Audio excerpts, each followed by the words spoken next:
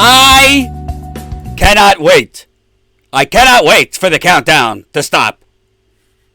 We must start before the countdown stops. Welcome to Status Coup. It is, what's today? Monday, January 13th, 2020. And boy, are we getting down in the mud, Elizabeth Warren. Are we getting down in the mud? Lot going on. Obviously, CNN, the corporate media, is manufacturing public relations. This isn't even manufacturing consent. This is manufacturing public relations for Elizabeth Warren's failing campaign. So we'll get into it all. For 200 people watching, I'm going to say this a lot today. Right after this call is our monthly members call. We actually are going to have 2 members calls this month. This is the first one. We're doing 2 because with the holidays in December, we weren't able to do one. So we're going to double it up. So if you're not a Status Coup member, what are you doing? We're at 791. 791. We just got a new member. Welcome, Alicia. We just got a new member. So you know the drill. If you're a member, you can become a member for as low as $5 a month. You will get a link to join us on the call tonight. There is it in the super chat. We hope to let's get up to 800 by the end of this video. So we can have more people in tonight's members call, which is going to be right after this live stream, 7:30 Eastern time. If you are a member, you will get a link. It's a Zoom chat. It's not through YouTube. You'll get the link to join us, and it's a lot of fun. We have a great time, and we are going to be sharing some behind-the-scenes details for our wonderful members today. So, join us. Real quickly, we got 300 people watching. We need every single one of you to smash that like button right there. It's a thumbs up button right under the video. The more people that press that thumbs up, the more people that will see this very live stream. Join our text list so we can get around the YouTube suppression. By the way, the reason I'm so late is because Jen and I were on the phone with YouTube. And you just wait. If they don't get back to me with a real answer tomorrow on why Jen and I cannot purchase ads on YouTube, I am going to go absolutely ballistic, and it might break the internet. So join our text list, text 474747, and then enter Coup. That's how we get around the YouTube notification delays. A lot of people don't get notifications when we're live, so if you join our text list, you'll get them. It won't cost you anything. Text 474747 and enter Coup. Follow us at Status Coup on Periscope. We are live right there now. Follow us on Twitch. That's twitch.tv/Status Coup. And then join our email list, statuscoup.com. Enter your email there. So I had to ask myself,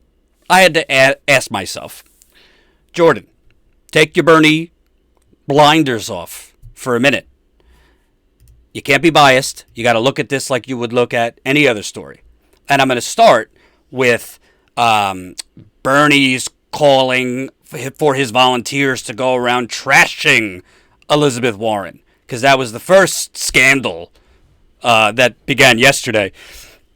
And I said to myself, all right, let me look at this objectively. I do support Bernie, but is this a thing?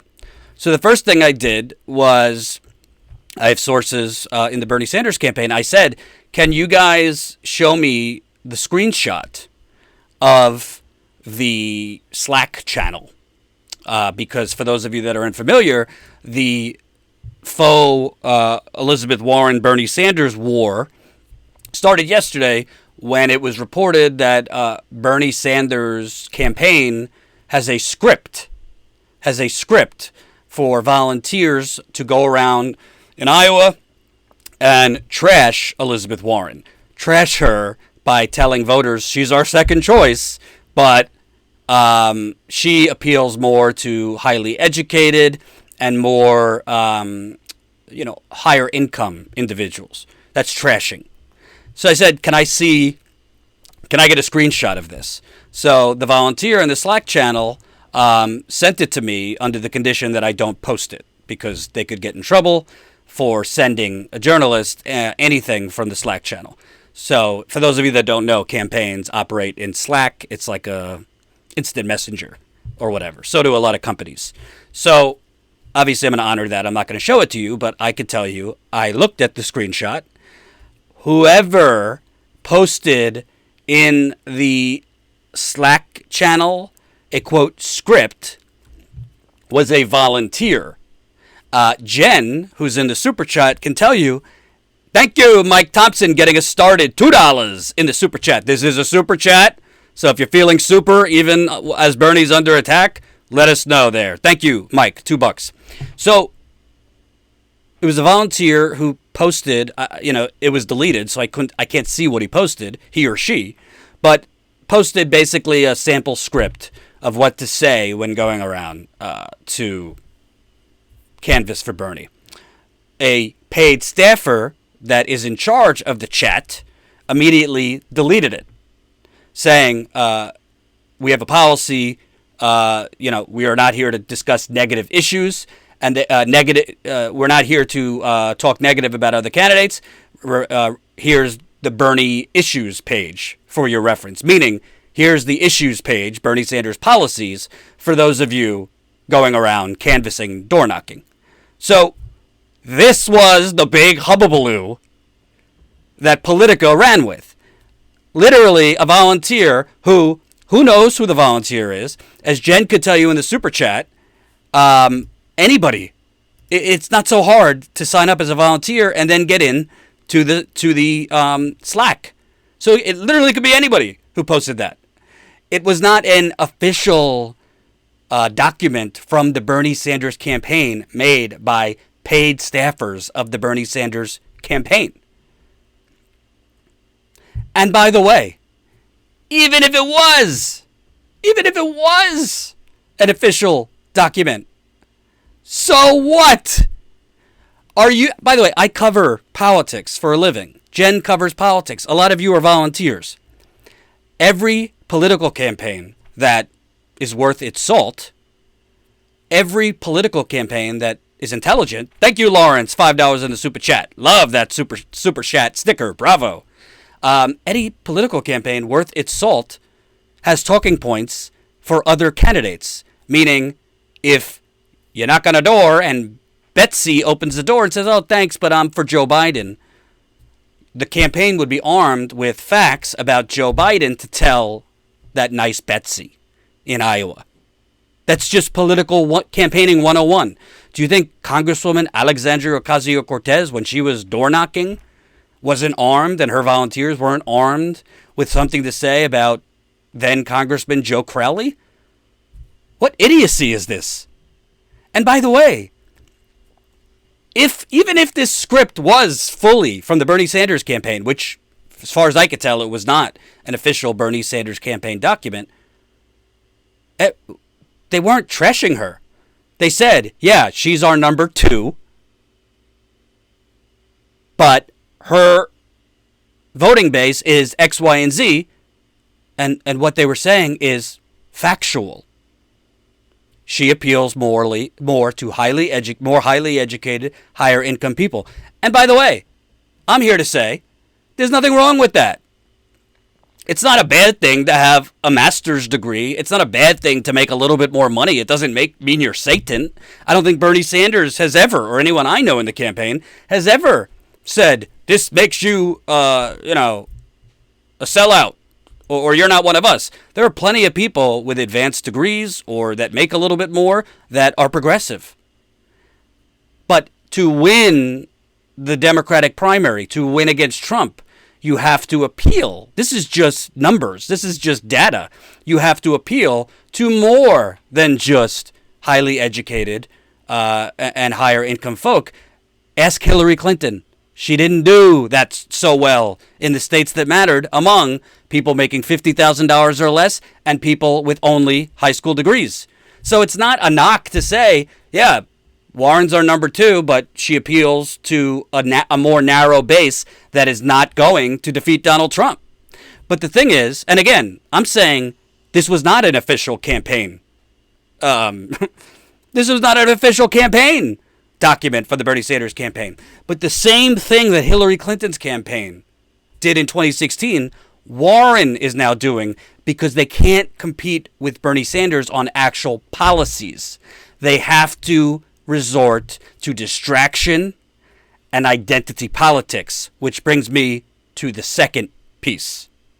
The second piece, and I can tell you as a journalist, I have zero doubt that Elizabeth Warren herself spoke to this CNN reporter and passed off, claiming that Bernie Sanders had said in a private meeting in December 2018 that a woman can't win in 2020. I'm going to show you the original report from CNN, and then I'm going to tell you why I'm so clear on the fact that it was actually Elizabeth Warren who confirmed that Bernie said this. Thank you for the super chat. Estival Garcia. Warren has time to tweet but not confirm a CNN smear. We got almost 700 people watching, by the way. 300 of you have pressed that like button. It's the thumbs up button right under the video. If we could get another 350 people to press that like button, we'll be well over 1,000. Let's take a look at CNN's report. Also have reporting that they discussed ways to beat Donald Trump, and that Warren told Bernie Sanders that two major reasons she thought that she would be a strong candidate was because she could mount a robust argument on the economy, and that she thought she could get broad support from female voters. Now, 4 sources tell CNN that Bernie Sanders responded to Elizabeth Warren by saying he does not believe that a woman can win. Now, we are also told that Sanders expressed some frustration about the role of identity politics for Democrats, and also that Elizabeth Warren disagreed with Sanders' assessment that a woman could not win.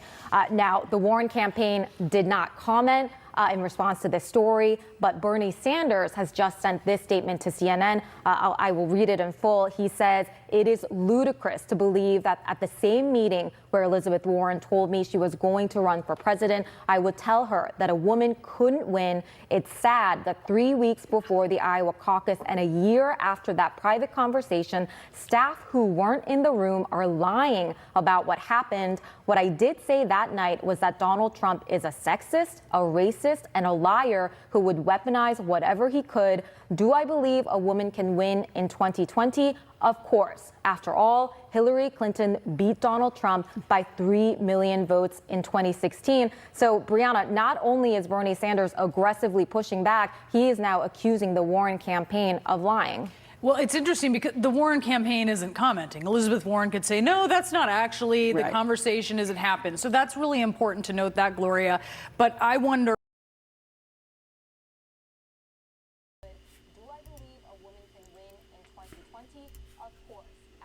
Hold on one second. Donald Trump by 3 million votes in 2016. So, Brianna, not only is Bernie Sanders aggressively pushing back, he is now accusing the Warren campaign of lying. Well, it's interesting because the Warren campaign isn't commenting. Elizabeth Warren could say, no, that's not actually, the conversation hasn't happened. So that's really important to note that, Gloria. But I wonder. So, what's so interesting about this, and the second clip will show you what I'm talking about. First of all, she says she has 4 sources. She has 4 sources, none of whom were actually in the room during this private conversation. Okay, so she has 4 sources. 2 of them were directly told by Elizabeth Warren that this is what Bernie Sanders said. Well, if they were directly told by Elizabeth Warren this is what Bernie Sanders said, you would have to assume they're from Elizabeth Warren's campaign, wouldn't you? The other 2 sources are familiar with the matter, whatever that means. So let me explain who this reporter is. Her name is MJ Lee, and she is CNN's reporter that is dedicated to covering just Elizabeth Warren. So she's been on the road covering Elizabeth Warren, meaning doing stenography for Elizabeth Warren's campaign. So when she says she has 4 sources, what she's saying is 4 people from Elizabeth Warren's campaign told me this is what was said. Is it at all kind of convenient that less than 24 hours after Elizabeth Warren comes out mischaracterizing that Bernie Sanders is sending out volunteers to trash her campaign, that all of a sudden something, if true, pretty vile that Bernie Sanders said, all of a sudden, less than 24 hours after Elizabeth Warren mischaracterizes and makes a molehill into a mountain, that all of a sudden this details of this private conversation come out from 4 sources? Isn't it interesting? M. Kip, $5 in the super chat. Nice to see Warren show us why we shouldn't vote for her. Whatever. Eyes on the prize, guys. Donate to Bernie Sanders campaign. So now I'm going to play you the second clip that I think, to me, is the real tell that it actually was Elizabeth Warren herself who planted this story with CNN. Here we go. We're learning new details about what was allegedly said during a 2018 dinner between Senators Bernie Sanders and Elizabeth Warren. Sanders told Warren a woman could not win the presidency. That's according to 4 sources, 2 of whom spoke with Warren after the dinner. Sanders, we should note, adamantly on the record denies these claims, calling them, quote, ludicrous. And as CNN's MJ Lee reports, this is the latest in a recent string of flare-ups between the progressive candidates, despite having made a pact during that same dinner to not go after each other on the campaign trail. Let's bring out my friend, Bernie Sanders! In December 2018, Senators Bernie Sanders and Elizabeth Warren were getting ready to launch their presidential campaigns. The 2 friends knew they could soon be competing for the Democratic nomination in 2020 when they met privately at Warren's Washington, D.C. apartment. The pair believed tearing each other down could hurt the progressive movement and agreed to avoid attacking one another. Warren telling Sanders she would be a strong candidate to beat President Trump by making a case about the economy and earning broad support among women. Still, Sanders told Warren he did not believe a woman could win, according to 4 sources, 2 people Warren spoke with directly and 2 others familiar with the meeting. Sanders himself forcefully denying the characterization as ludicrous, saying in a statement to CNN, "It's sad that 3 weeks before the Iowa caucus and a year after that private conversation, staff who weren't in the room are lying about what happened. Do I believe a woman can win in 2020? Of course. After all, Hillary Clinton beat Donald Trump by 3 million votes in 2016. The details of this conversation surfacing amid revelations first reported by Politico that volunteers for the Sanders campaign were given scripted talking points criticizing Warren and suggesting her supporters are elitist. We'll have differences on issues. That's what campaign is about. But no one is going to be attacking Elizabeth. Warren responding over the weekend that she was disappointed that Sanders sent out volunteers to, quote, trash her, and her campaign is now fundraising off of the report. We need someone who will excite every part of the Democratic Party, someone that every Democrat can believe in. I hope Bernie reconsiders and turns his campaign in a different direction. With only 3 weeks until the Iowa caucuses, the Sanders campaign is going on offense, lobbying attacks against Joe Biden.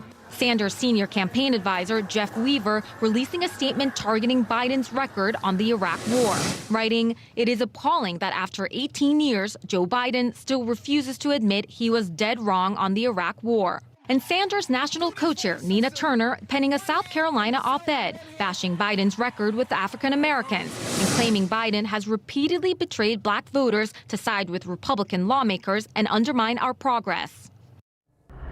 The person we do not have an on-the-record statement from is Senator Elizabeth Warren. The next time we expect to see her, Jake, is on the CNN debate stage tomorrow night, where she will be standing one podium away from Bernie Sanders. Jake.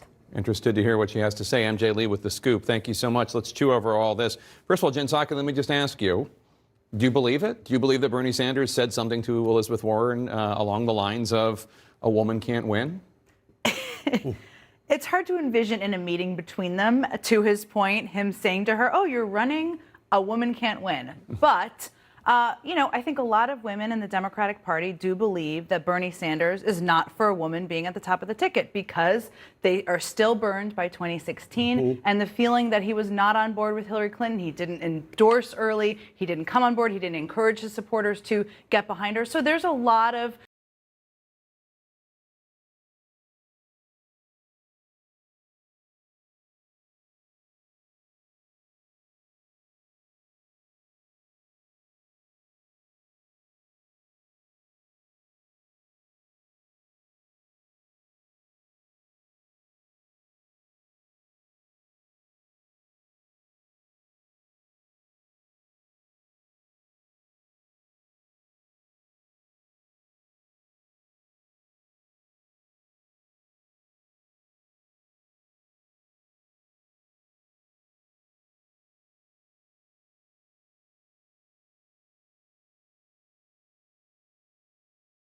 Be pretty good if I remember to turn my microphone on, huh? Sorry, I forgot my microphone again. It's on now. Sorry.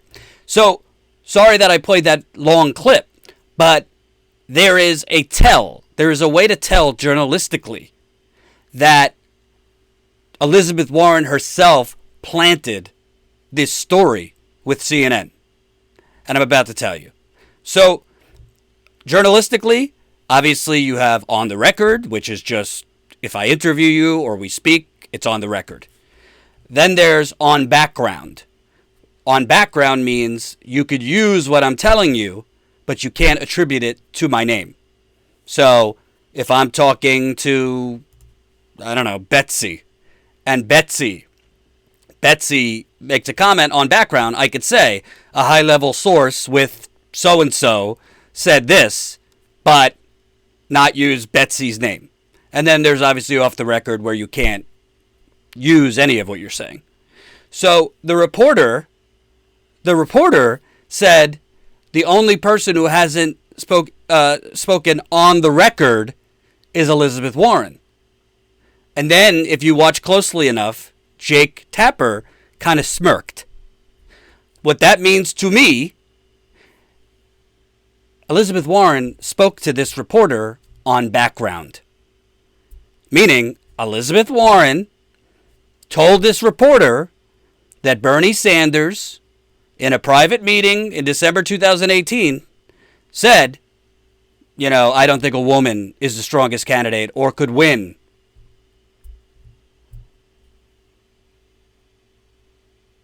Against Trump. Because she wouldn't have said anything about Warren if she hadn't talked to Warren at all. So when she says the only person who hasn't spoken on the record is Elizabeth Warren, to me, you're saying, well, Warren spoke on background but said don't use my name. And the other sources are Warren's campaign officials. CNN said so in the story. Two people who Elizabeth Warren spoke to after the meeting. Was Elizabeth Warren speaking with, the toll booth guy or girl? She's speaking with her advisors who are now on her campaign. So, Elizabeth Warren, why I know, and you should know that she herself planted this. She had her campaign planted. Was that reporter said the only person who hasn't spoken on the record is Elizabeth Warren, meaning she's talked to us, but not officially. Secondly, why would Elizabeth Warren, if Elizabeth Warren's campaign didn't plant this herself, why would Elizabeth Warren not immediately come out and denounce it? It was either said or it was not said. There's no interpreting what Bernie Sanders meant. There's no I took it that he was saying a woman can't win. CNN reported that Bernie Sanders said a woman can't win. By Elizabeth Warren not immediately coming out and saying that did not happen. By this reporter saying Elizabeth Warren didn't comment on the record, meaning she spoke with us on background.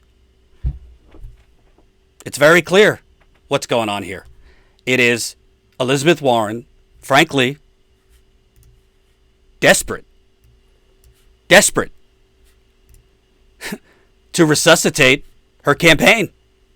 I mean, all you got to do, look at the numbers. If I could find them. This is the average of Iowa.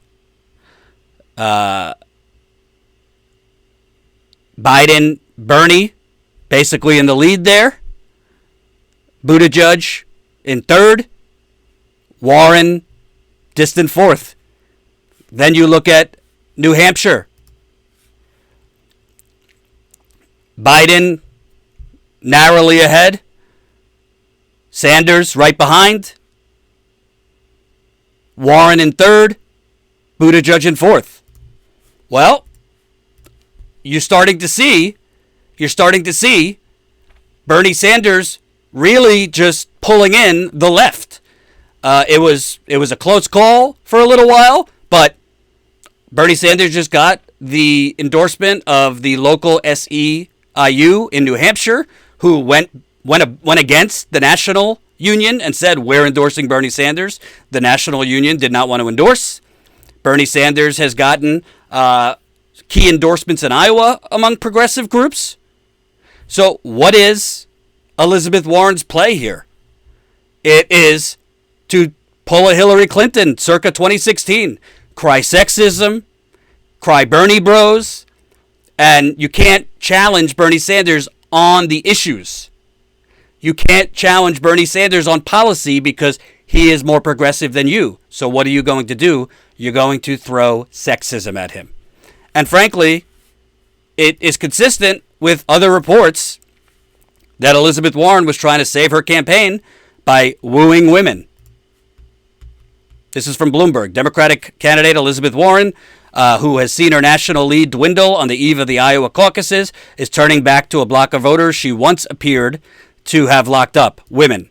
She's putting high-profile women surrogates and activists on the front lines of her Iowa campaign, giving interviews to fashion magazines and trying to broaden her coalition beyond the white, educated progressives who formed the backbone of her support. The move shows an attempt to restore the bridge-building formulation that put her neck and neck with frontrunner Joe Biden just 3 months ago. Since then, she's lost her advantage among women, traded older voters for less reliably younger voters, and failed to make inroads among minority voters. So, frankly, I mean, we're going to get to Bernie Sanders' long history of supporting female candidates. And by the way, I don't want to forget, because we're getting a lot of super chats, so keep it coming. Thank you, Sigmund2121, $5 in a super chat. In my opinion, EW Warren is an opportunist and does not give a damn about progressive policies or the progressive movement. This is a desperate and disgusting insert Hillary Clinton. Bauk, €5. Warren always seems to me to have walked out of a Norman Rockwell painting, so last century. Carl Knight, $10. What does this say about Warren's integrity if she's willing to smear Sanders like this? Good question. Dylan Patton, $5 in the super chat. CNN is AT&T's corporate propaganda bullshit. So very hard they're giving Trump and other asshole Republicans credibility when they call it fake news. Dylan, you just got me demonetized, and I was trying not to get demonetized. Swear jar, please. Who else? Thank you. House Heisenberg, $2. Will Warren confirm the story on the debate stage? I think that's what she's trying to do. I think she's trying to build up suspense and then continue the lie. Susie Potatoes, $4.99. I find it amusing that Warren's attempted spear resulted in a fundraising boost for Bernie. I tweeted that out. Absolutely. Seth Peterson, $35 in the super chat. Thanks, Status Coup team, for all of your reporting. The work you're doing is very much needed. F the YouTube suppression. Thank you, Seth. Dylan Patton, $5 in the super chat. I'm a Bernie volunteer and confirm that the other one said to you, Jordan, I agree with Bernie on most things except when he calls Warren a friend. So what he was saying is, I was told I could show you this screenshot, but you can't report it because they're not allowed to post screenshots or take screenshots from the Slack channel.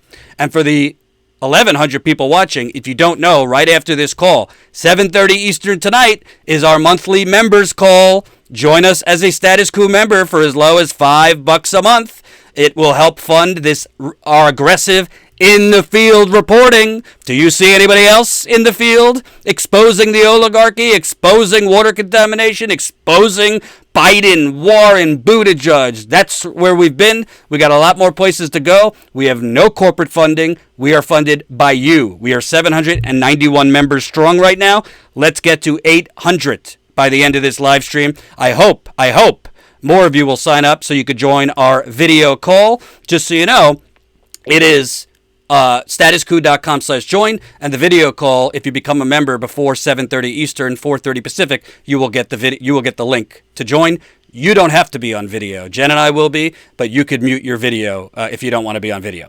So what's really incredible to me about this, Elizabeth Warren's, and I'm not saying this as a Bernie bro, I'm saying this as somebody who understands politics, has shown time and time again her political instincts are terrible. She came out and basically said, well, I didn't endorse Bernie in 2016 because I thought Hillary Clinton was going to win. So your political instincts were bad. She thought if she endorsed Bernie, that it would alienate the left. This is what was reported weeks ago. This is as to why Warren didn't endorse Bernie. So your political instincts are already shown to be terrible. Thank you, James Black, $10 in the super chat. So then she runs her campaign basically trying to have her cake and eat it too. I'm going to try and compete with Bernie for the progressive vote while playing footsie with the corporate Democratic establishment. How does that work? I'm going to go around the country having hot tea. This was reported in the New York Times. Having hot tea with a who's who of the Democratic Party establishment. I'm going to have phone calls and text messages. This was also reported with Hillary Clinton. I'm going to, kind of be in the middle. Like I'm going to cancel debt up to $50,000 with a lot of disclaimers under it. I'm going to do X, Y, and Z, but it's not going to go all the way. I'm with Bernie on Medicare for All until consultants and rich people tell me no to Medicare for All. Then I moonwalk faster than Michael Jackson. What happened when she moonwalked away from Medicare for All?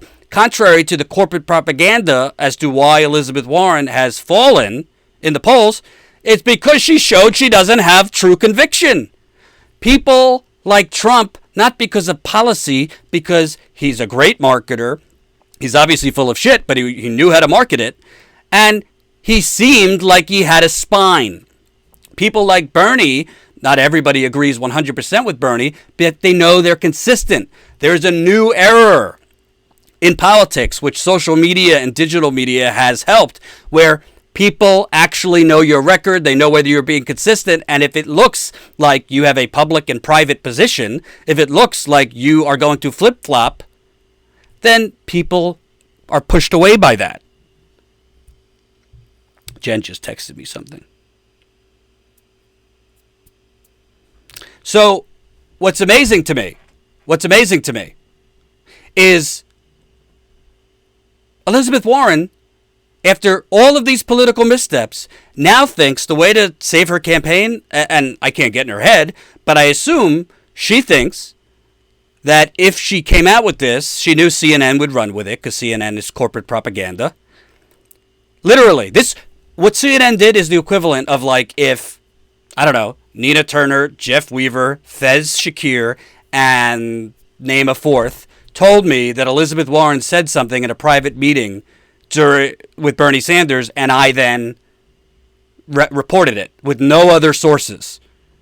That's not reporting. That is being a useful idiot for a political campaign. I would never report something that 4 sources from Bernie Sanders' campaign told me with no other sources. I love the people from Bernie Sanders' campaign. I don't think they would lie to me, but that's not journalism. I wasn't in the room, and I have Bernie Sanders people in that case would be telling me something, but how would I know? So CNN reports using 4 sources. This is high school gossip. Maybe Bernie Sanders said something about identity politics, which he has time and time again said he's not a fan of, and Elizabeth Warren took it that he was saying a woman can't win. Keyword took it, not that he said it, but took it that way. And then Elizabeth Warren, she just made a molehill into a mountain, claiming that Bernie Sanders personally is sending his volunteers out to trash her, which is also not true, as I explained in the beginning of the live stream. To less than 24 hours, miraculously, details about a private conversation over a year old come out? Yeah, because Elizabeth Warren's campaign fed it to this useful idiot from CNN who just regurgitated it. And again, when the reporter says, I can't, Elizabeth Warren is the only one not to comment on the record, to me, that's a tell she's commented in a private conversation on background. Meaning, on background to a reporter, you could use what I'm telling you, no fingerprints on me. Which, by the way, I've done it often. When I've used, that's how you report. You either trust the source or you don't. The source might, I have sources in particular when it comes to Flint that I've been using for years and have never steered me wrong. Then I have sources that did steer me wrong based on them misunderstanding something, and I've been burned, and I've had to correct that. That's just journalism. But what they did here was just make something up because she's realizing the progressive base, CNN and these places consistently made it seem like they're appealing for the same voters. No, they were never appealing for the same voters. That's why I have been saying for weeks and months, and maybe Bernie's campaign is suddenly listening, take off the gloves, not against Warren, against Biden. Biden has more voters that might cross over to Bernie Sanders than Warren does. A lot of Biden's voters make $50,000 or less. A lot of Biden's voters only have high school degrees. And by the way, it doesn't make Elizabeth Warren supporters Satan. It's not bad if you have a master's degree. It's not bad if you make over $100,000 a year. There's plenty of people with education and advanced degrees that support progressive policies. What Bernie's campaign and what journalists and what political activists are saying, it's not a matter of whether it's bad and it makes you a bad person to have an advanced degree. Of course it doesn't. It's about beating Donald Trump. Hillary Clinton, her main lack of support was among working class people, people making $50,000 or less, people with only high school degrees. By the way, the majority of the country, that's the majority of the country only have high school degrees. So this script, which wasn't even an official Bernie Sanders campaign document, is basically saying she has too narrow support, which the data shows. A Quinnipiac poll, by the way, just came out today showing Elizabeth Warren does 25% better among people with college degrees and people making, I think, over $100,000 a year. That's just the data. It's the facts. It's not an attack on those people. It's just that's not going to beat Donald Trump. But I got to tell you something. I mean, when your campaign clearly and basically clumsily, I don't know if like Elizabeth Warren's campaign thought they were just going to like plant this and it wouldn't be so apparent that it was them doing it. It's obvious it was them. Anyone with a brain knows it. Did you see the clip I showed you? Jake Tapper was smirking like a little child.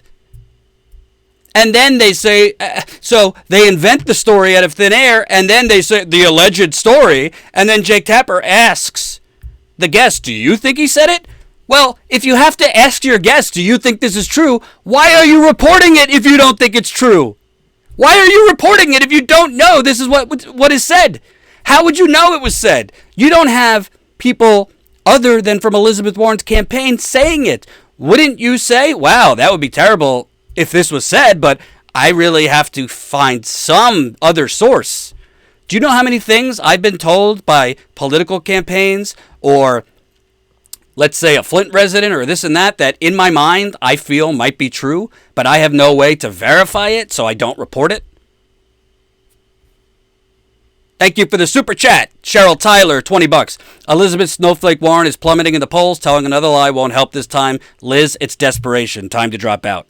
I also want to say welcome, new Status Coup member, Cullum. We just got a new member, so we are now at 792 Status Coup members. I'd like to get to 800 members before our members-only call at 7:30 Eastern tonight. Again, if you're a Status Coup member, you can become a member for as low as $5 a month. You will get the link to join our members call. It's Jen, it's myself, it's a lot of fun. Q&A. I'm going to tell you a little bit more than I should. Members get to hear a little bit more than non-members. Obviously, if you can't become a member financially, we get it, no problem. But this is, our members get bonus content, and that's how we're able to fund our in the field reporting, which I have new reporting from Marcus in the field and me in the field to show you today.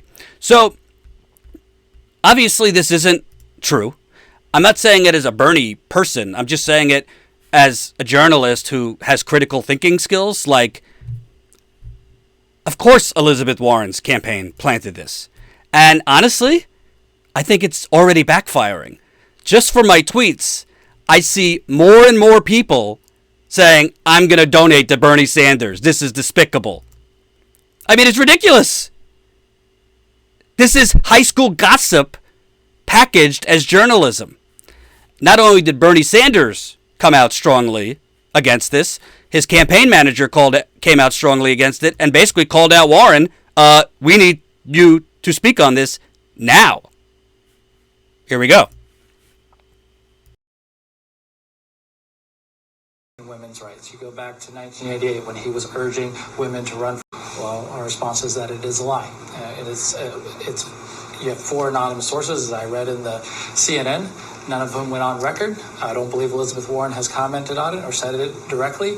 It is because it is a lie. Bernie Sanders has always fought and stood for women and women's rights. You go back to 1988 when he was urging women to run for president and believed that a woman could be and would be president of the United States. You go back to 2015 when he was urging none other than Elizabeth Warren herself to run for president.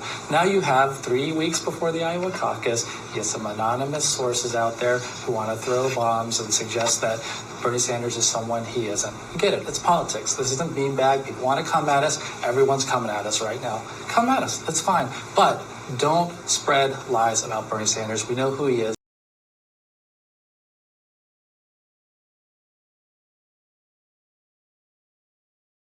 We need to hear directly from Senator Warren on this? Of course we do. We need to hear from her directly, but I know what she... Do you think we need to hear directly from Senator Warren on this? Of course we do. We need to hear from her directly, but I know what she would say, that it is not true, that it is a lie. So I welcome her coming out and disputing this and putting this to rest. You have 4 anonymous sources who have commented on the story. I don't hate to get into a critique of the media here with the media, but these are the kinds of stories we get frustrated about. If you want to make an accusation of this caliber and this nature, then put your name to it.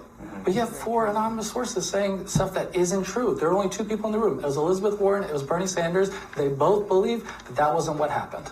So unless she wants to suggest otherwise, but actually I don't think she's going to do it.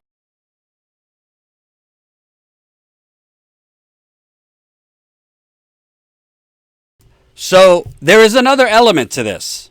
And by the way, that was Fez Shakir, Bernie Sanders campaign manager. Thank you for the super chat, Brian Knight, $25. Feeling super, keep up the good work. Thank you, Brian Knight, for that wonderful donation. And by the way, we have over 1,000 viewers, 757 of you have pressed that like button. If you haven't pressed the like button, it's a thumbs up button right under the video. I'm not asking you to like me for my ego. The more people that press the thumbs up, the more YouTube pushes our live stream into people's feeds that don't currently see it. So, what's incredible to me about all this? Elizabeth Warren, she's obviously desperate.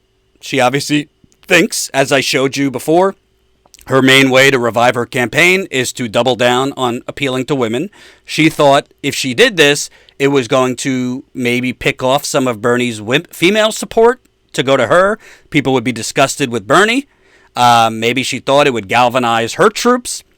Maybe she thought, Cory Booker just dropped out today. Most candidates knew he was going to drop out before the Iowa debate. Bye-bye, Cory. Hope you have a nice life with Rosario Dawson. Sorry, I had to. So, what she's not realizing is she is, and a lot of you wouldn't have liked it, she's basically disqualifying herself, if Bernie wins the nomination, to be considered as their vice president.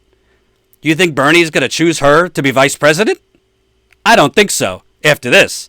You think Bernie's going to choose her to be Secretary of the Treasury? Which I actually think would be good? No, I don't think so. And what's amazing is if she comes out, it looks like she's planning on not coming out till the debate.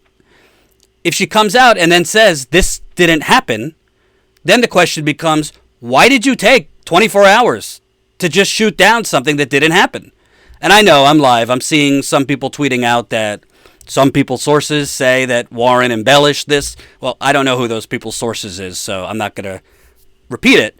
But as far as I'm concerned, CNN clearly reported a story with 4 sources from Elizabeth Warren's campaign that weren't in the room. Bernie has come out saying it's not true. And just from the common sense, and just like something doesn't sound right, even if Bernie Sanders thought that, oh, I don't think a woman could beat him, do you really think he would say to Elizabeth Warren, I don't think a woman's going to win? That's preposterous. And if he didn't think a woman was going to win, why is it that he was pushing Elizabeth Warren so hard to run in 2016? This is the only reason Bernie ran, because Elizabeth Warren wouldn't run. This is from USA Today in 2016. Somebody had to do it, and if somebody else did it, fine, Bernie said. If Elizabeth Warren had run, I'm pretty confident in saying Bernie Sanders never would have run. Oh, excuse me, that was Bill Press. But there's been many, many reports out there that Bernie Sanders worked very, very hard to get Elizabeth Warren to run. He didn't want to run for president, but she didn't want to challenge Hillary Clinton. I'm sorry. This is not good for Elizabeth Warren. I actually think it's going to help Bernie Sanders more. Because on one hand, he's clobbering the hell out of Joe Biden, which I love to see. But on the other hand, thank you, Anat, my girlfriend. Excellent point, Jordan. But on the other hand, so he's appealing and making inroads with Biden supporters by pointing out, this guy's been trying to cut Social Security like for 40 years, Joe Biden, and you're supporting him? This guy's lying about his Iraq war record. By the way, I don't want to pat myself on the back, but the clip that Bernie Sanders' campaign sent out on Twitter yesterday, that David Sirota sent out, that new video has emerged showing Biden 4 months after the Iraq war, praising George W. Bush, saying, I'm going to support him, saying he's a popular guy and we need to finish the job in Iraq. You status quoers know, we reported that 2 weeks ago. I found that clip. Maybe they just found it. Maybe they were watching Status Coup. I won't take the credit, but we had it first. But I think Elizabeth Warren, first of all, I would not be surprised to see Bernie Sanders raise $300,000 to $500,000 in the next 24 hours before this debate. Maybe even more than that. Just in my tweets, I'm saying I donated this morning and I'm donating again.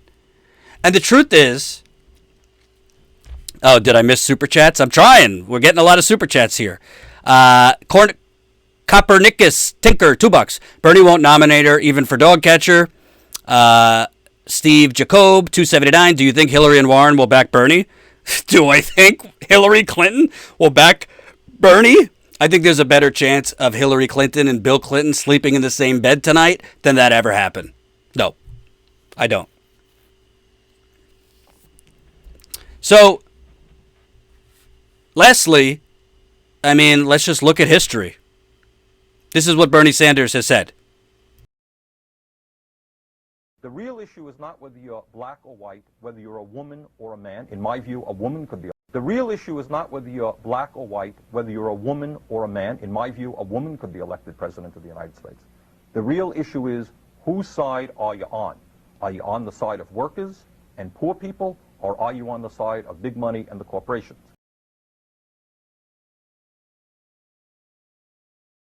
That's Bernie in 1988 saying, of course a woman could be president. This is Bernie. I mean, you really just can't make this stuff up.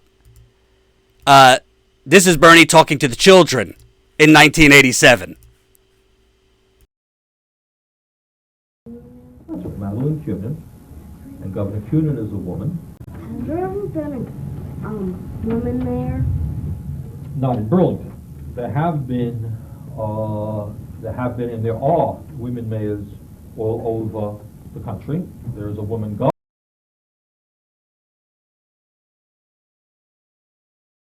governor in the state. Woman mayor? Not in Burlington. There have been, and there are women mayors all over the country. There's a woman governor in the state. Who can tell me the name of our governor? Yeah. I think it's Madeline Kunin. That's right, Madeline Kunin. And Governor Kunin is a woman. And there are other, not a whole lot, I think there's one other woman governor. There are the mayor of San Francisco is a woman, and there are many women mayors, but not enough. And one of the very important things, and I hope that all the girls in this class understand, that you, just as much as the boys, have a right to become president. There's not been a woman president, although there was a woman who was giving thought to running for president this time, from Colorado, a woman named Representative Schroeder, gave some thought.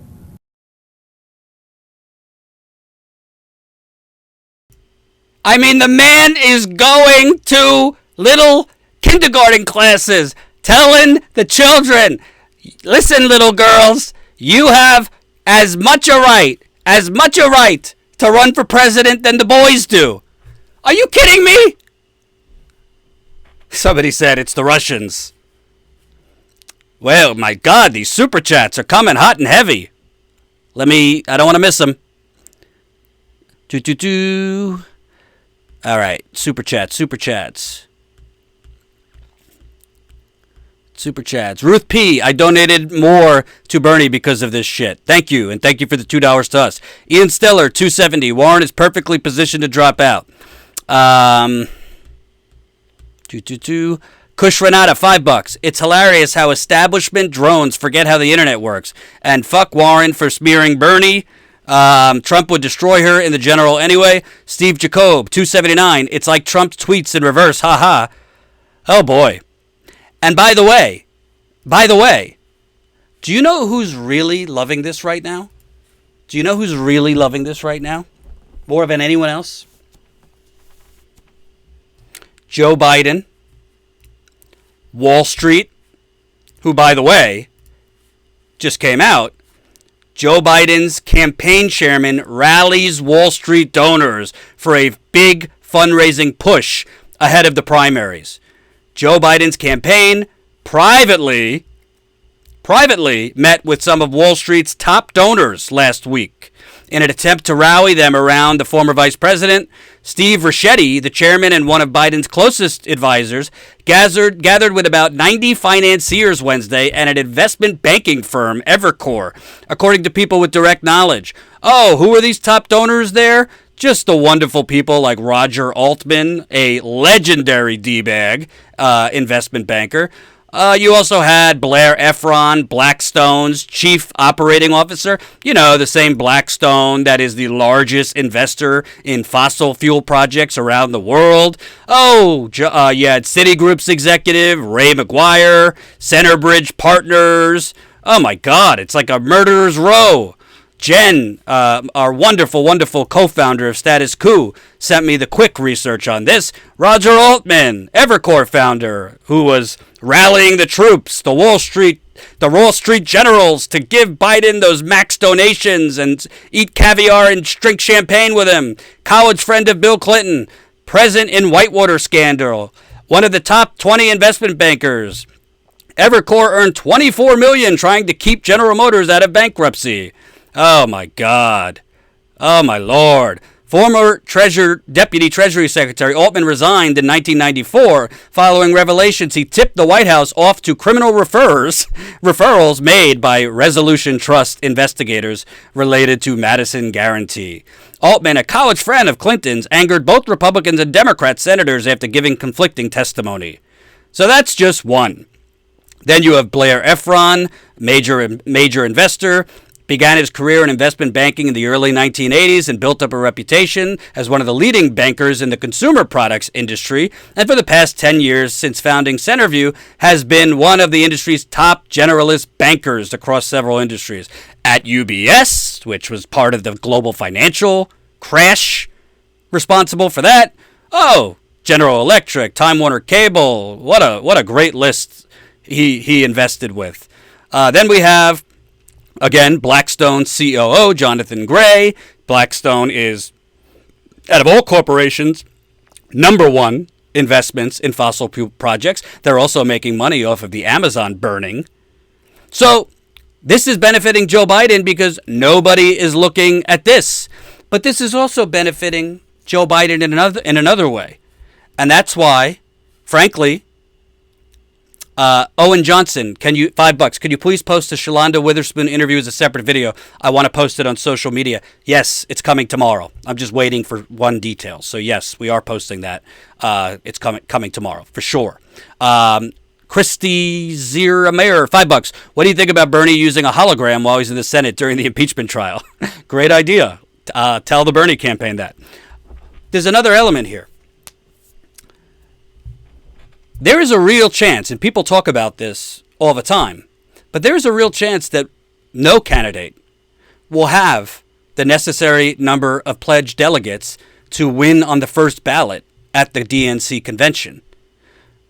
If it goes to a second ballot, superdelegates come into play.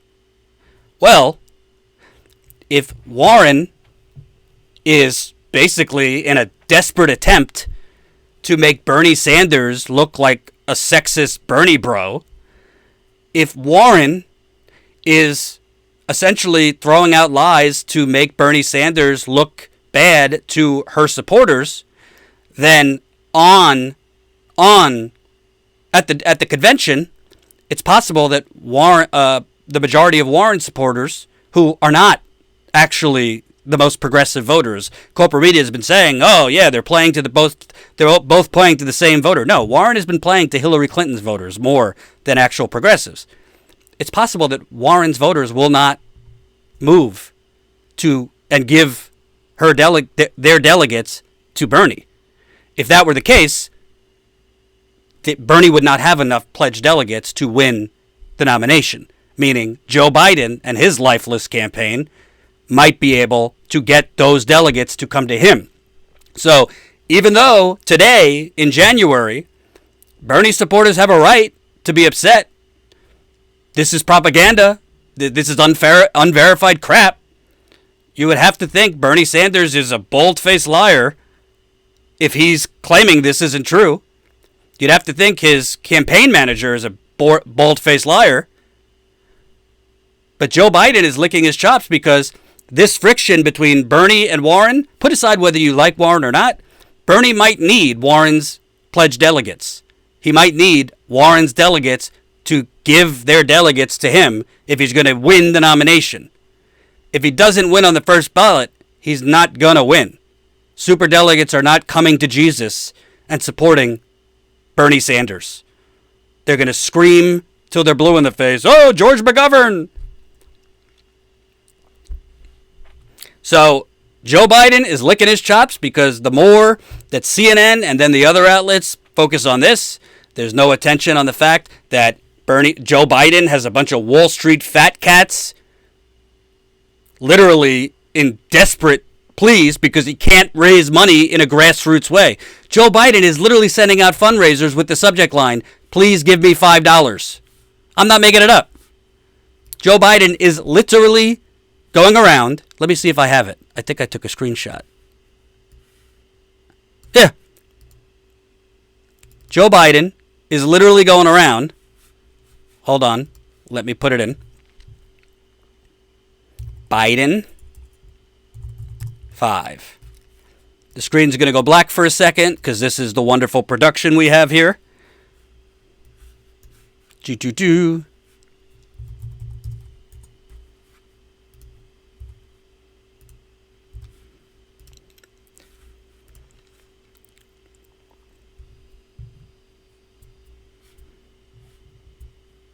Hold on, farewell, I've come to see you go. Here we go. Joe Biden is in such need of money that he's going around sending emails out like this. Emailing for $5, please. I'm part of the proletariat. I need $5 right away to be able to compete. Jordan, it's important you read this from start to finish. Joe is our best chance to make Trump a one-term president, even though he's in 4th place in Iowa right now. Joe is our best chance, even though he's in 3rd place in New Hampshire. And we still have $300,000 to raise before the debate. Please send me $5. Meanwhile, his Wall Street consiglieres are sending out, it's like the bat call, you know, for Batman. We need more max checks. We need more maximum checks. We need more Wall Street money. We need more fossil fuel money. We need more big pharma money, big real estate money, Silicon Valley monies, to the Batcave. I mean, it's pathetic. And Biden's licking his chops. And as much as Bernie Sanders supporters have a right to be upset about this, and Bernie should be upset, you also have to think this could come back to bite Bernie. The lies Warren is telling might make her predominantly female, highly educated, higher income delegates not move over to Bernie. Copernicus Tinker, $2. You suspect EW signed off on the smear before it issued? Not only do I suspect it, I already told you. I think Elizabeth Warren spoke with the reporter and just said, "Don't use my name. You could report this, but not on the record." I already explained that. Doc Sarg, $9.99 in the super chat. Thank you, Doc Sarg. What else we got? Dylan Patton, $2. Smash that like button. Don't read this, Jordan. It's too late. Owen Johnson, $5. I'm not saying Joe Biden is the Donald Trump of the Democratic Party, but he's certainly a top contender. I would say it. I don't think he's as racist as Donald Trump, but he's quietly plenty racist. So, as I end on the Warren point, this is not good. This is not good at all. And I think it's going to hurt Elizabeth Warren even more before primary day. Because I also think, like, Iowa voters in particular are smarter than this. I don't think they're going to believe that Bernie Sanders, they might think Bernie Sanders is a little too far on some issues. I just don't think Bernie Sanders comes off to voters as somebody who would say, I don't think a woman could win. I just don't see it. I don't see it. And if Elizabeth Warren wants to come out and put her name to this and say Bernie's comments insinuated a woman couldn't win, then she should have some spine and say that. But right now she has two choices. Go public. Actually, she has three choices. Go public and say he did say this word for word. I don't think she's going to do that because it's just not true. And she'd be committing progressive suicide if she did that. Her last remaining chance at winning over progressive voters ever again. Now we're talking about her remaining a senator in Massachusetts. We're talking about her remaining in office as a senator. She just won re-election, so this wouldn't come into play for a while. But her remaining chance is you better come out and say this isn't true. And if you say it is true, you better explain word for word what he said and put your name to it. The second choice is to kind of be in the middle, as she's known to do, and insinuate this is what she said. Just insinuate this is what he said. Well, he didn't say a woman couldn't win, but he made it seem like, a woman wouldn't be the best choice this time. She could go that route based on her character and what she's done so far in this campaign. That is the route I think she will go, kind of muddying the waters and saying, well, he didn't say specifically that a woman can't win, but it did come off that way. Or she'll come out flat out and say, no, that he didn't say this, and this didn't come from my campaign. I think she's going to take the second approach. I think she's going to insinuate he did say this, because it will be one of the first things that is asked. Because CNN is in this business for ratings and profit, not journalism, not news. So this will probably be the first thing asked to Bernie Sanders tomorrow. So we got over 1,000 people watching. One more reminder before our next story. We got our members call in an hour. Jen and I, statuscoup.com/join. Become a member for as low as $5 a month, and you can join us on our members call. If you become a member, you will get the link to join us. It's not through YouTube. It's through Zoom. It's a lot of fun. It's a video format, but you could mute your video if you don't want to be on camera. You ask questions, comments, concerns, ideas. We laugh. We cry. It's wonderful. I'm definitely going to have some TMI to share with you tonight. So definitely sign up right now. We're at 792 members. So for those of you, if this might be your first time watching Status Coup, we are not only coming to you from our wonderful studio here. We report around the country. We report in the field on stories no one else is covering. Thank you, Edward Lopez, $49.99 in the super chat. Warren will make it tough for Sanders' supporters to coalesce behind her campaign should he not pull it off. That is exactly what I'm talking about.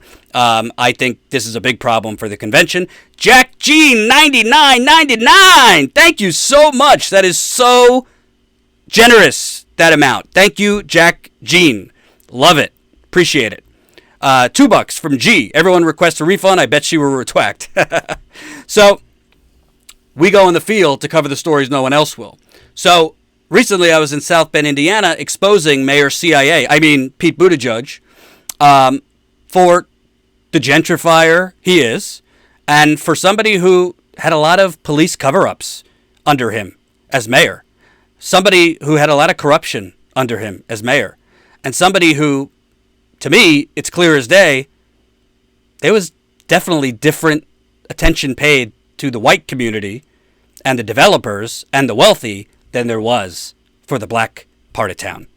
Here's part of my interview with a local pastor, a former police officer, and a man who was homeless as of a year ago in South Bend. This is the kind of reporting we need to expose who these candidates really are. Because Pete Buttigieg, like Elizabeth Warren, was in large part propped up by CNN's adoring coverage when they should have been doing this.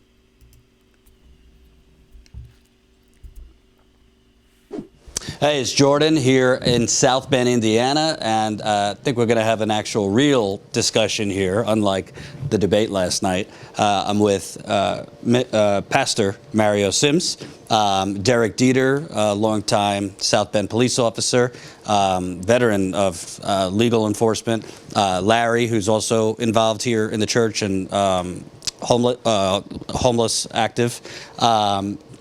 So, you didn't watch the debate last night. I did. Quick recap. Pete Buttigieg defended doing fundraisers in wine caves with billionaires by saying he's not a millionaire. He said that he used his favorite line of Washington, Washington's leadership, Washington.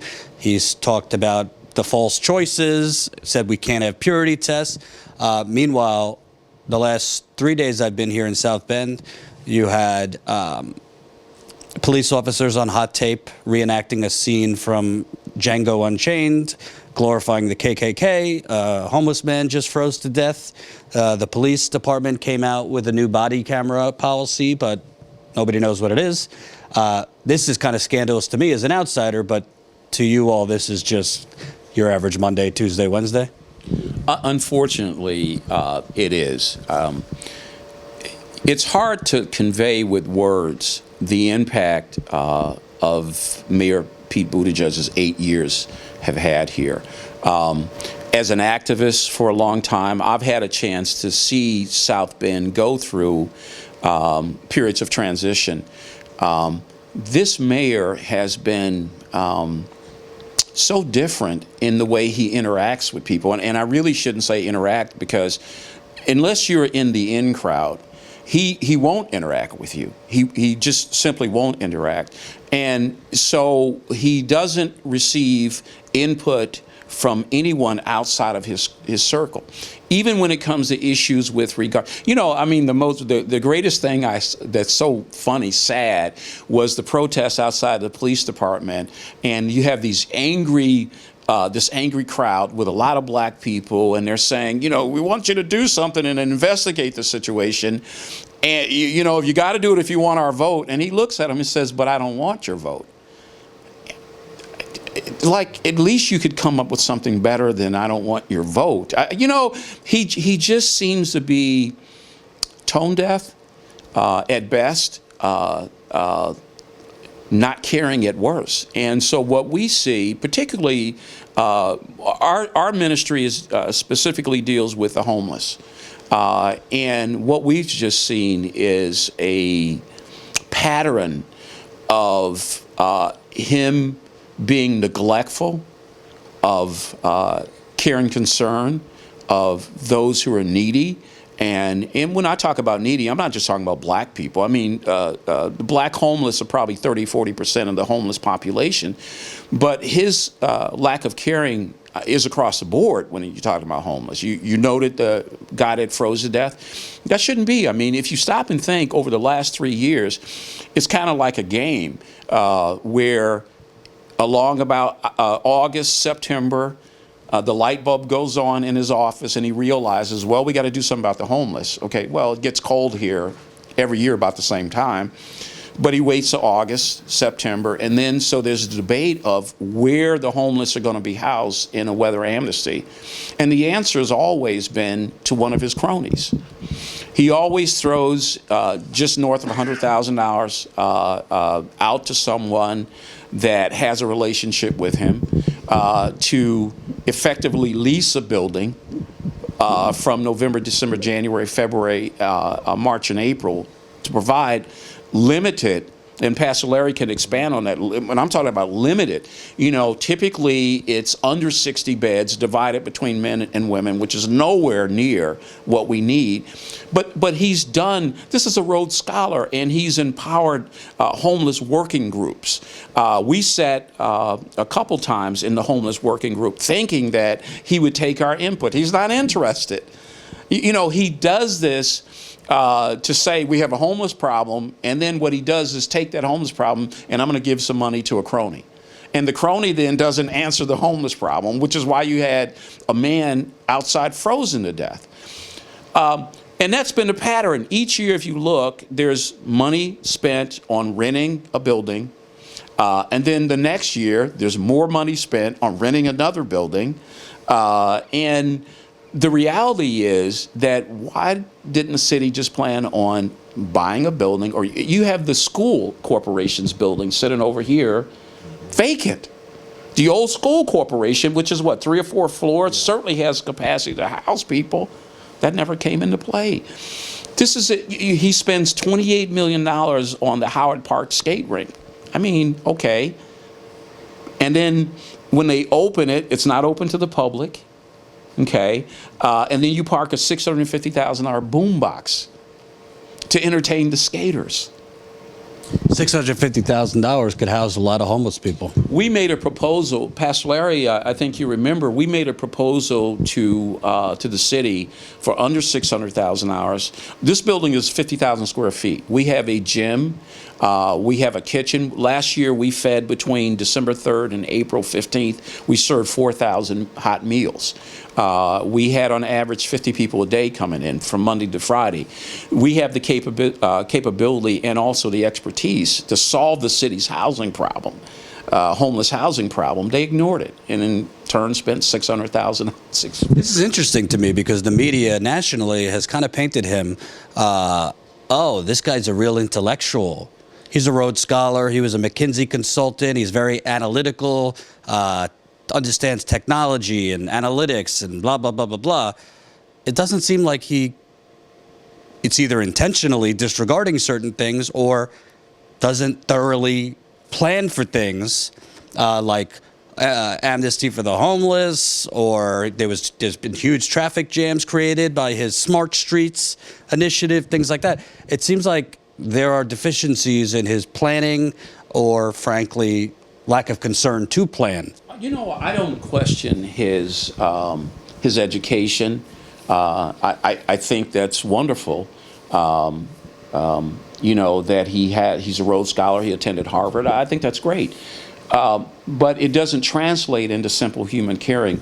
You know, I have a friend with Dr. E. Mike Jones, and you know Mike Jones. Dr. Jones is a tenured professor at Notre Dame who happens to be a neighbor of Mayor Buttigieg. And Mike summarizes his thoughts about the mayor by saying, you know, he was a kid who grew up sitting in the kitchen window during the summertime. He never connected with people. And you see this today. I mean, he certainly is intelligent, and I don't think anybody would question that. But it's an intelligence with, it's a high degree of intelligence with a low degree, if not a 0 degree, of simple human caring and concern. That's what we see happening. You know, he's been the only mayor, I think, anywhere that's angered the police department and the black community. How do you pull that off? Normally, you anger one or the other. But, you know, rank and file police officers, who we talk to, black and white, and Derek could go more into this, but, you know, these are men and women who put their life on the lines every day for all the citizen, and the mayor has succeeded in angering them. And Derek, you could tell your story. Veteran of the police force here, you ran for office, and frankly, were kind of pushed out and kind of went up against Buttigieg's, seems like, machine. Kind of talk about your experience with the mayor. Well, it just has to do, like the pastor was alluding to, of the type of things that have gone on. Again, I started on the police department as a cadet, which at the time was like a scholarship where they would pay for your college at Holy Cross Junior College at the time, and then you would work at the police department, became a sworn officer in 87 and retired in 2014. So I've gone through the gamut of the policeman. We didn't have vests. You had a revolver. Was on SWAT for 20 years, and we had trickle-down Vietnam vests, no automatic weapons, no helmets. So everything technology-wise on the police department has changed.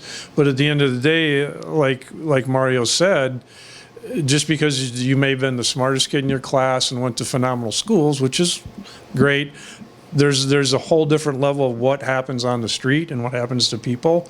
And if you were never acclimated to hanging out in the park, getting in fights in the schoolyard, knowing that different people have different lives, things are affected differently from your tower life that you've had, which is, if you've had it, good for you, congratulations. But being the smartest kid in the class does not equate to being a good leader of putting things in perspective when it comes to, well, I'm going to do all these streets, okay. And that was my first thing when I was on the council. I spent 12 years on the council. Once you spend all this money, what are we going to get back in economic development? What are we going to get in jobs? And they just would well, we need to slow down the traffic. I go, for what? If we left right now and I take you downtown, you couldn't buy a pair of socks. It's that type of thinking that let's have these beautiful roundabouts. Oh, cool. Once you get into the city, you're going, that's it? It's just sad. But from all that perspective, the years I spent on the council, and again, oh, you have an axe to grind. Well, my axe to grind is he supported a woman because I wanted to run for city clerk after 12 years, simply for the fact that you're the keeper of the records, that's all you do. So you're busy maybe 3 times a month doing that. I wanted to go out and teach local government to the middle schools and the high schools because people don't know. That's why you only have 9% of the people vote around here. And just get people involved. So he supported her, whatever. Because I was never a party guy. I never kissed the ring of the Democratic oligarch, so that's why they didn't like me, which is fine. I get more out of walking to a grocery store, or this past couple of days passed out a lot of books of Dieter. That to me means more than all this political bullshit that goes on. But like you have seen her the last couple of days, it's either a disconnect or blatant, arrogant disregard for I don't really care what you all think. I'm doing it this way. I think it's a mixture. I would say it's more not understanding what life is about, not having calluses, or how am I going to get my kids to these nice schools, or boy, we can't take a vacation because I have to work overtime. That's real life, and that's what I'm about, doing stuff like that. But he had a homeless person, the little park right across the street, and I've got pictures somewhere. All summer, a homeless person was sleeping on a bench right across the river. Hope you enjoyed that last video. Hop on over to statuscoup.com where you can sign up for our email list and become a member for as low as $5 to $10 a month. Membership is how we grow. That's statuscoup.com/join. And remember, join our email list so we can grow the revolution with you.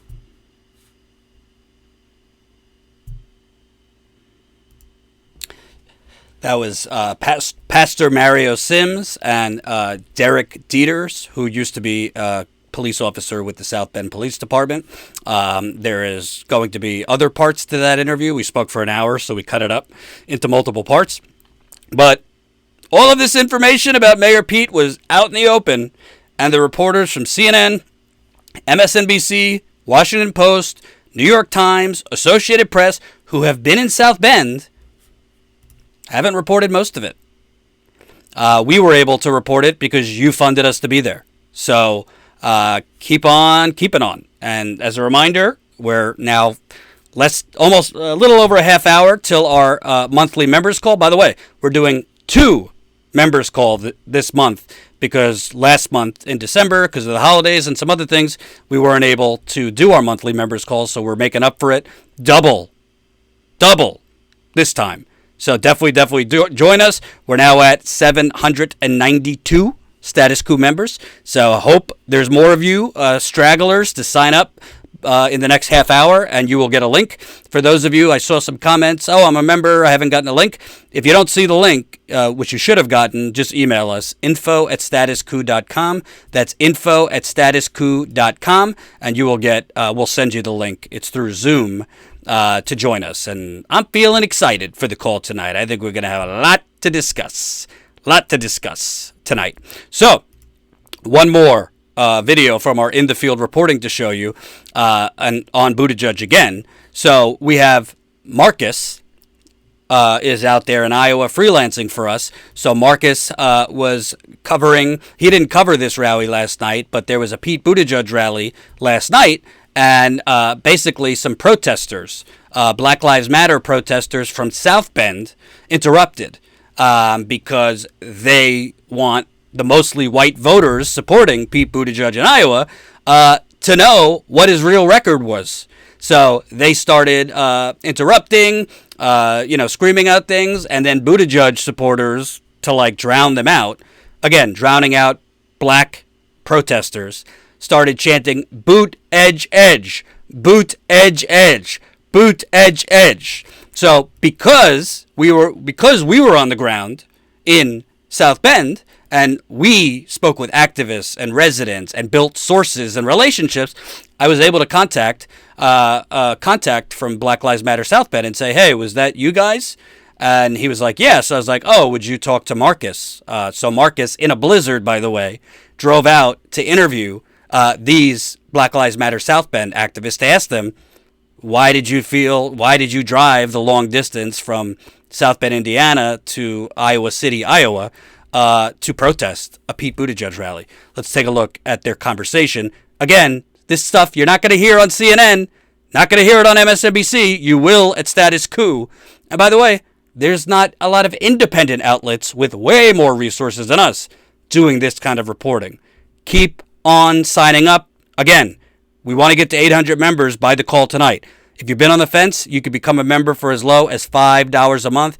This is how we grow, and this is the only way we could fund continuing to cover the campaign. Let's take a look at this interview Marcus did with the protesters from Buttigieg's Iowa rally last night.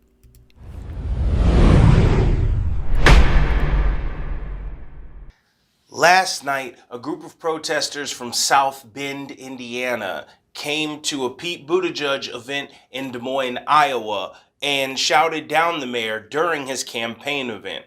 They were escorted out while patrons chanted "Boot Edge Edge" mixed in with chants of USA.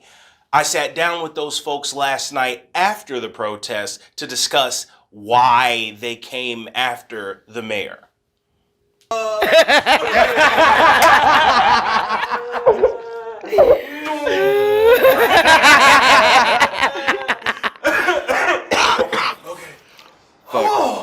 Professional dart show, we gotta see it right.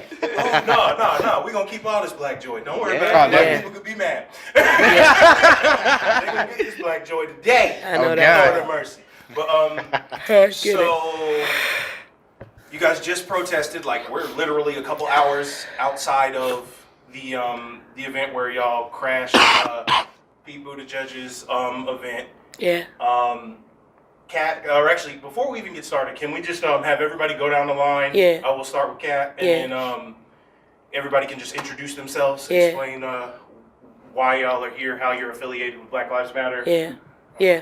I'm Kat. I'm with Black Lives Matter, and I'm affiliated with Black Lives Matter. In South Bend? In South Bend. All right, and you are the lead organizer of everybody here, or? Yeah, I'm the organizer along with other people here too. Okay. Yeah.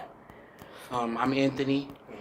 I actually stay in Elkhart, which is not too far from South Bend, but I'm from South Bend originally.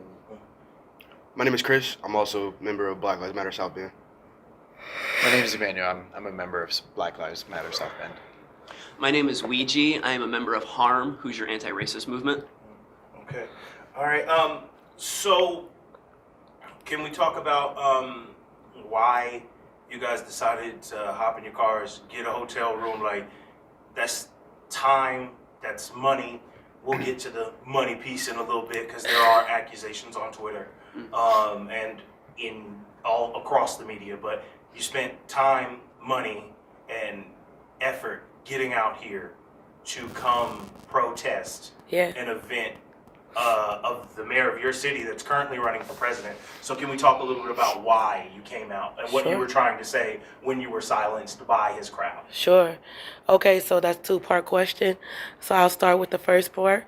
We thought it was important to come out because ultimately Pete has a failed record in South Bend for being the mayor, and he's let the community down as far as police accountability is concerned, as far as black economics is concerned, and so many other ways. I'll let Chris answer the second part of your question. Well, really, like she said, we came out here to expose our failed mayor, former mayor, and So what makes you say he's your failed mayor? Okay. What did he fail at? what did he fail at? He failed at not only helping the homeless, but he also failed at helping black and brown people of South Bend as well.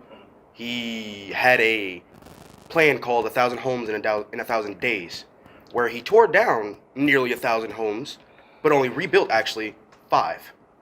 Singly 5, like the single digit 5. And that's ridiculous. That's very bad for the environment. The debris was just left unchecked, unsprayed, unquarantined, and now it is spreading lead into the community, into the urban areas of the community.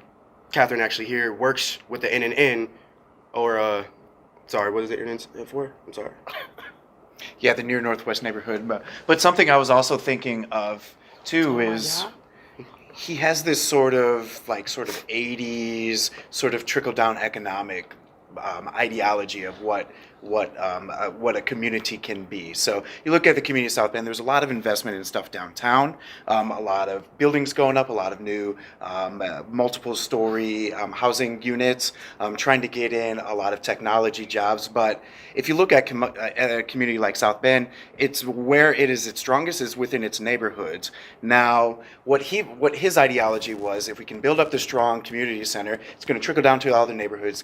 People are going to get in. He made smart streets that are questionable. Some people say they're not so smart streets, but if he really listened to the people, and what a lot of activists were really trying to get at in South Bend is that our biggest strength is the people that are indigenous in the individual communities. So if you begin to fund those communities and allow them to thrive, then more people are going to come in and the community can flourish. But he didn't listen to us on that. It took a lot of pushing over multiple years for a lot of people that are not even at this table, getting with a bunch of other town hall meetings to try to get at what are the issues that most affect the community of South Bend, but where are our benefits too? And he just didn't listen to that. And it's unfortunate that he adopted this sort of 80s style Republican Reaganomics way of trickle down economics way of trying to revitalize a community that is so rich in other resources. And another reason, I'm sorry. One of the things that when he talks about prosperity in South Bend, that prosperity was allocated to the people who are already prosperous. Many of the people that he gave the contracts to build a lot of those apartment buildings and stuff like that were people he went to Notre Dame and St. Joe High School with. They were his friends, and they're already wealthy to begin with. Dave Matthews is a restaurant owner, business owner, and he gets a lot of the contracts. So the wealth is still being centralized. While out of $101 million, only 1% of it was given to black contractors. That is the kind of economic. It's just to pretty much echo what Emmanuel said about centralized wealth. And the second part of that was we thought it was important to keep the name of Eric Logan alive and do his name justice, along with the many others that were victims of police brutality and police misconduct. We wanted the people of Iowa to know that this man that stands in front of you with this nice smile and nice gestures and things like that isn't exactly who he say he is. Okay.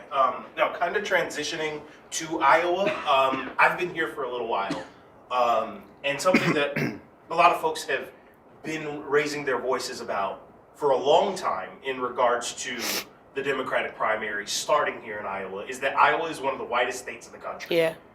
And the Democratic Party itself cannot win if minorities do not overperform in the general. So why on earth are we having a Democratic primary in a state that's, the best way to put it, whitey make white, white. Yeah. And so how does that make you feel about you coming out here as people of color, majority of you are people of color in this group, and you come out and you got to petition white people to try to do the right thing. And then you turn around and they chant boot edge and mixed in with USA over you. Well, I don't think that was actually unanimous. I think that a lot of the Iowa residents really received us very well. Ultimately, we know that there's always going to be supremacy, and that's what that boils down to, that supremacy is still alive and obviously well, even though they were chanting that they couldn't drown us out. So we were still impactful. What they tried to do didn't work. So, yeah. Yeah, I think a lot of people didn't know what that meant, to be chanting that. They thought it was pretty innocuous, pretty safe to this is the default, but didn't realize that when we're chanting, hey, recognize us, there's a lot of pain within the black community, and that Eric Logan, say his name needs to be said, and you chant USA, what you're saying is that black people aren't from America, if you're going to counter it with that. And that is, it hurts my heart, because the reason that we came out here, I believe, is because Iowa is very white, and that's okay. But at the same time, it is our duty to make sure that people of Iowa understand what is happening in other parts of the country. And I think we would have done a disservice if we would just passively have stayed at home and not want to come out here to try to educate our other fellow citizens of this country. Yeah, and I think that it goes without saying that the people of Iowa haven't got the chance to really do their homework on Pete. And so I think we forced the envelope on that today. So now more people are going to do some fact checking. I really believe that we kind of swayed the minds. They think that this polished, well-spoken, educated, white man is their future president. But I think a lot of them today realize that there's some real problems in South Bend, and maybe we should do our homework before we give him our vote. You just watched Status Coup's In the Field coverage with me, live on the ground from Iowa. We can't do this without your support, so make sure to like, share, subscribe, and become a member at statuscoup.com.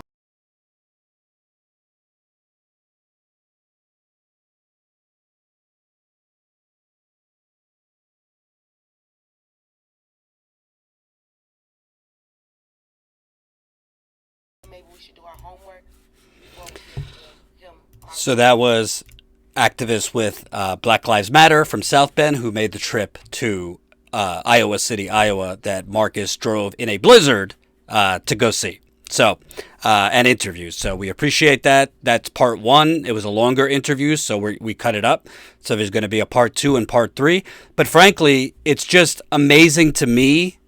It's amazing to me how you have not seen these voices on CNN, MSNBC, anywhere. They have so much more resources than little old Status Coup. But resources don't matter if there's no will to do the real reporting. And it is pretty outrageous that a bunch of white folks in Iowa are chanting boot edge as black protesters exercise their First Amendment right. They're not driving to Iowa City from South Bend, Indiana for fun. They're doing it because this man who is mayor literally bulldozed black communities. Our editor is working on a video about Pete Buttigieg's 1,000 homes in 1,000 days, which was nothing other than ethnic cleansing. He bulldozed in black parts of South Bend and Latino parts of South Bend. He bulldozed 1,000 homes he claims were vacant or decrepit. Yeah, a lot of them, most of them were vacant and decrepit because people couldn't afford to repair them. So instead of investing resources to repair them, he just bulldozed them. And myself and our cameraman literally took a driving tour. It was really, really alarming to see. It's just vacant lot after vacant lot. Some of them looks like a forest is growing in the city. As he declares South Bend back. Yeah, you bulldozed half of the community, black and brown parts of the community, taking away whatever the little wealth and ownership that a lot of these black and Latino families had. Past those homes that they could not afford to repair was passed down to a lot of them, generation to generation, as their only form of ownership. And this mayor brags about it like this was some wonderful program. Wait till you see this video that we're working on. You might not see it because YouTube doesn't notify you when we post videos. That's why you got to get on our text list. If you haven't, sign up. All you got to do, text 474747. Again, 474747 and enter Coup, C-O-U-P, and you'll get an alert that you'll get a text back that you're on our text list. And that way we send you text messages when we're live, when we're in the field, and we're seeing more and more people saying, Jordan, I didn't get a notification from YouTube, but I got the text, so that's why I'm here. That's what we want. And it's very expensive for us. I think right now, Jen, it's like $20 every time we text because we have to like add more credits or some ridiculous scam. But this is the lengths we have to go to make to have people see our content. Don't even get me started on the call. Actually, I'm going to tell our viewers, our members, in 20 minutes now, I will be telling our members about the insane maze of phone calls Jen and I have had to go through with YouTube, including today with somebody from India calling from YouTube. Wait till you hear what YouTube is telling us. Thank you, Samuel McKee, $10 in the super chat. I'm sure glad you're there for us, Jordan. Keep up the work, great buddy. And I don't want Copernicus to get upset at me. It's contrary, people are saying, Jordan, you're very bad at keeping up with the notes.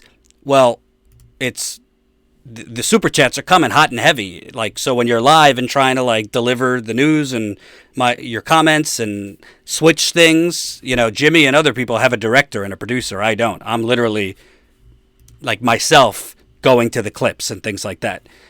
So apologies if I missed any super chats, but Copernicus wrote, hope to see you there. CNN just published an op-ed by Jill Filipovich titled Why Bernie is Wrong. She assumed the smear is true. Shame on her. She'll have egg on her face. I'm not surprised. CNN is running with this because it's in CNN's benefit to knock Bernie Sanders down. It's in CNN's benefit to smear Bernie Sanders.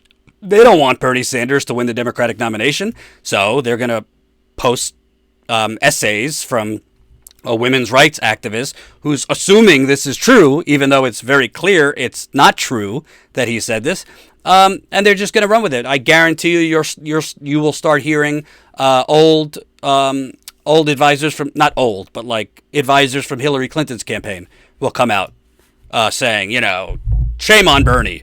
It's all manufactured. It's all manufactured outrage and identity politics 101. And by the way, just to be clear, a woman should be president. Henry. What did somebody wrote? Copernicus. Copernicus. My bad, I'm mispronouncing it. Copernicus was getting angry because I missed a super chat. It's hard to catch them all. It's not a bad problem. We love how many super chats are coming in. It helps fund us. But Copernicus, sorry I missed your super chat. I'll try to be better. And by the way, Jen is doing 25 things at once, so she can't get every super chat too. She's texting me the ones I missed, but sometimes she misses them too. So I want to go eat before our members call. 20 minutes till our members call. Sign up. And for those of you that are members or just signed up, if you don't see the link, to join the members call, email info@statuscoup.com. That's info@statuscoup.com, and we will send you the link if for whatever reason you're not getting it. There it is, statuscoup.com/join. Right now we have 792 members. Can we get that to 800 in the next 20 minutes? I know there are 8 of you out there who have not signed up for $5 a month. I know you exist. I'm watching you. No, I'm kidding. Let's get a couple more people to sign up. This members call in 20 minutes is going to be bonkers. Thank you for watching. I'll see you in the members call in 20 minutes. Peace out.